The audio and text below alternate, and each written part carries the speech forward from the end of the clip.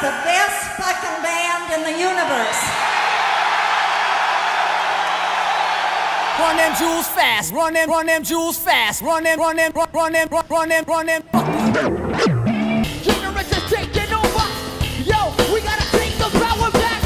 Bam, can't stop playing, motherfucker. Uncle Sam, get back. I know who I am. Welcome to the New World Order. Good evening. Buenas noches. This song is about being an individual, about searching and finding new information and using your strength as an individual to attack systems like America who continue to rob and rape and murder people in the name of freedom. And this song is called A Bullet in Your Head. And it's time for the United States government to face up to its history. Over 20 years, there's no proof.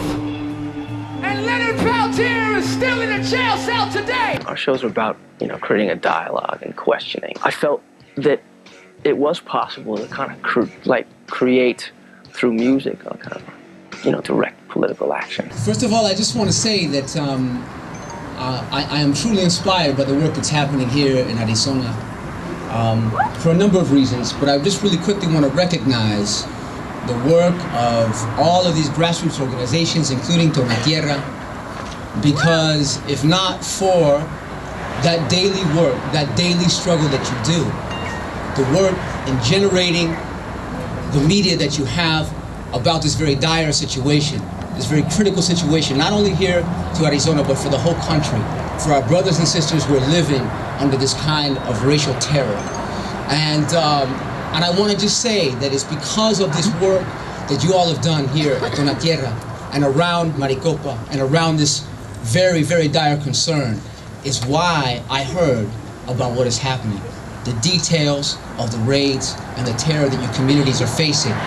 So I just want to extend my respect and my regards to those community organizations because we forget sometimes that it's this kind of work, the daily hard work that you all have taken on that really does change history in our favor. So please give yourselves an applause and thank you for doing it. Those that work forces are the same that burn crosses. Something that we think is important considering the kind of policies that are being undertaken in this country right now. Well, because I think that in living in the States, you're living in one of the most brutal societies in the history of the world. The country who inherited the genocide of the Native American peoples, a country which participated in chattel slavery, the only country in the world to use and drop an atomic bomb on another country, society. The country which murdered and enslaved millions in Southeast Asia as a result of the Vietnam War. And we drew from the people who resisted.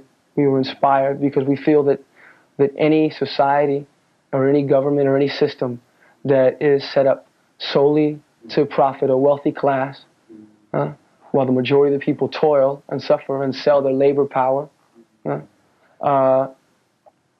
so long as that system's only true motive is profit interest and not the maintenance and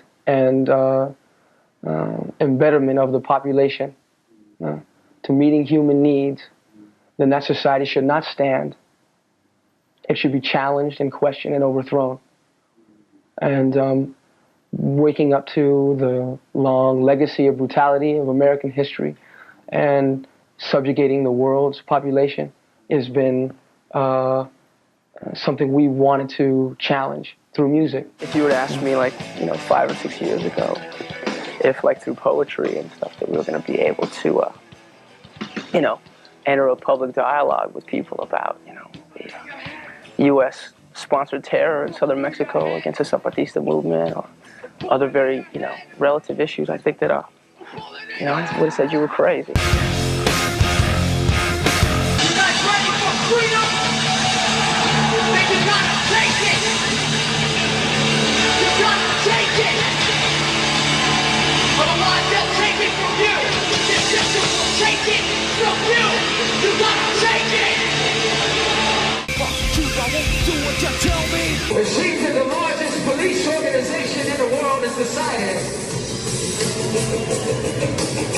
They want to boycott Race Against the Machine process because they say we support cop killers.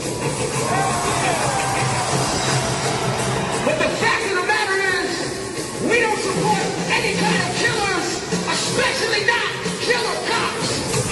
And all that we've said, as we travel across the country and watch cop after cop come forward, protesting our music because we support the right to a fair trial, the constitutional right to a fair trial. What are they really afraid of? Are they afraid of some music? Are they afraid of some conscious music? Nah, they're afraid of you. They're afraid of you. Now you're under control. And now you're under control. MCA has been really, interested and involved in supporting the Tibetan independence movement. Asked to be a part of the show, and I figured, great, it's a perfect opportunity for me to learn more about what's going on in Tibet. Compromise, conformity, assimilation, submission, hypocrisy, brutality, feeling, all of which are American dreams. All of which are American dreams. That if the same laws were applied to U.S. presidents as were applied to the Nazis after World War II, that every single one of them, every last rich white one of them from Truman on would have been hung to death and shot.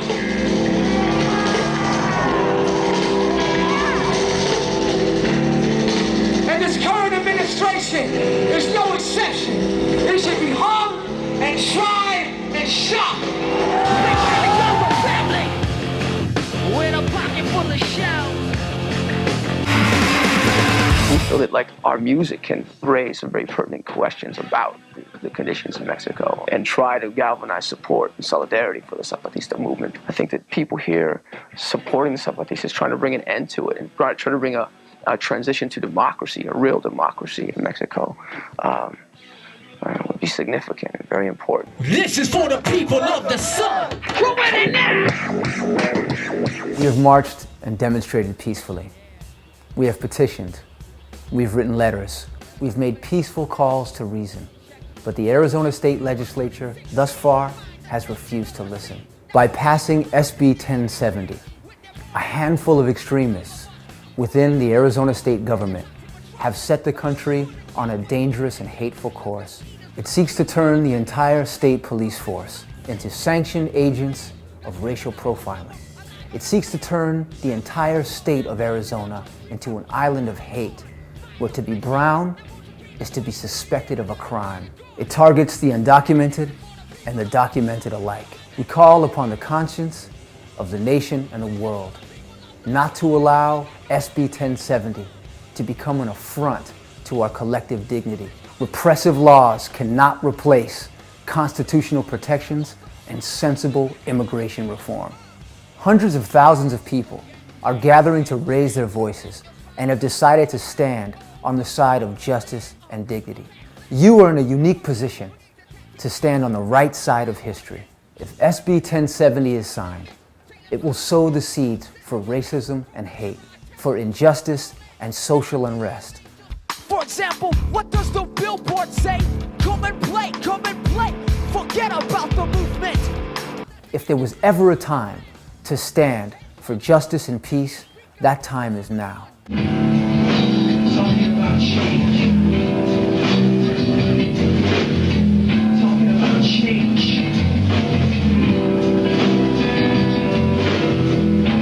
The only man that stood up brought change. Red Light King taught us that we as individuals can fight this.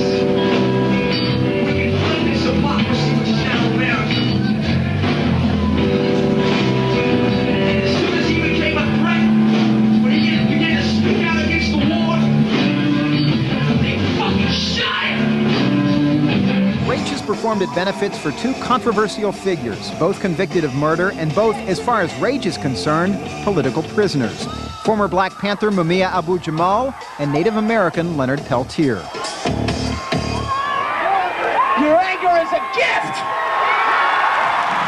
We often have to contend with a certain kind of oppression because we are confronted with a daily assault, with daily provocations against our dignity. And when this happens, we suffer wounds, and we suffer quietly with those wounds. And we often don't realize how those wounds affect us, how those wounds affect our families. And I believe that the only way to really address those wounds and those assaults upon our dignity is to resist.